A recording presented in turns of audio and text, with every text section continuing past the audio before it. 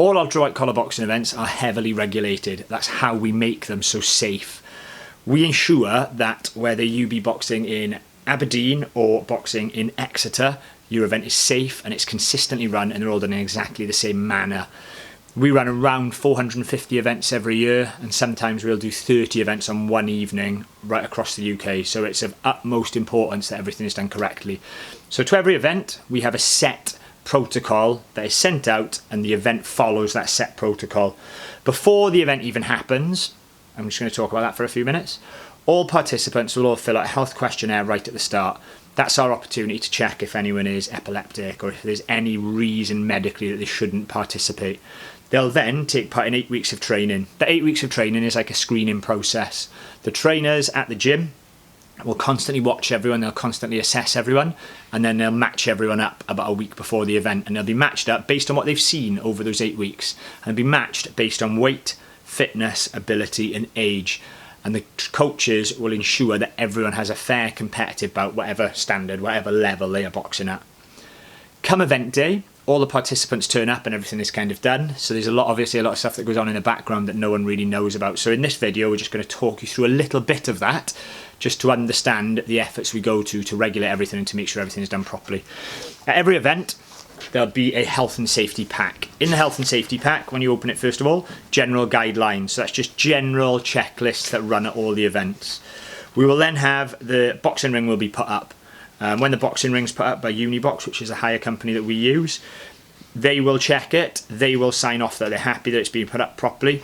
We will also check other small things. Well, they say small things, but they are important things, like making sure there's nothing sharp at the ringside tables, making sure the tripods that are in the corners for the lighting, that they can't fall over, and all that gets signed off.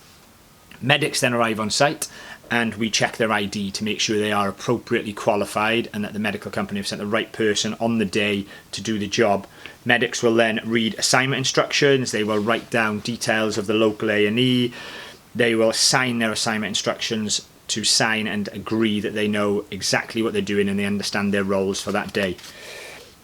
We will then have security will arrive on site, and they will sign all their paperwork to make sure they understand what's expected of them, and we'll take their SIA numbers.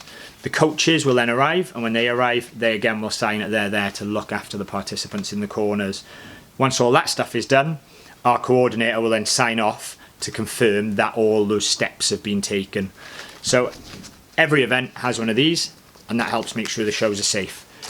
Whilst all that is being done, the medics are doing medicals with all the participants. So everyone taking part is going to get a health questionnaire.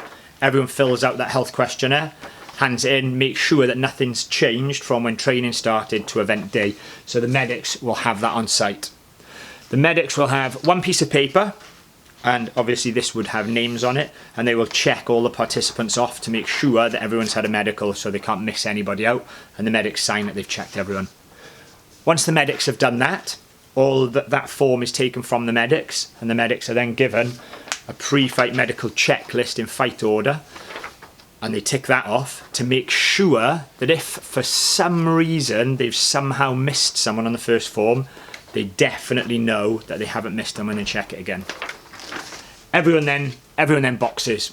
Once everyone's boxed, they've got to have a post-fight medical. People get in a boxing ring and they punch each other in the head. So it's really important that every single person gets a post-fight medical. So if there's an issue, if there's a concern, if the medics aren't happy with something, it's identified right there and then, and it can be dealt with. That, in our opinion, is what makes boxing safe, is you get checked before, you have a boxing match, and you get checked again after. So if there are any issues, it can be identified. When everyone gets a check afterwards, again, another checklist. Make sure that no one is missed, make sure everyone gets their post-fight medical checklist. Guidance is given, so advice or head injury advice is given to all participants verbally, and we have a set script for that. So the medics in Aberdeen and the medics in Belfast all say exactly the same thing to all the participants in terms of head injury. Just as advice, because people are doing the event for the first time, they've never done anything like this before, it's important that they understand that if they feel a bit sick, if they get a headache, that could be a potential injury. So again, they can identify it before they have a problem. All participants are also given head injury cards, which they're also asked to give to a family member or relative that's with them, because, you know, it's important that people around you also understand the symptoms of a head injury. So that all happens on an event day. We've been organising these events for over 10 years. We are the biggest organisation in the UK by an absolute mile organising the events.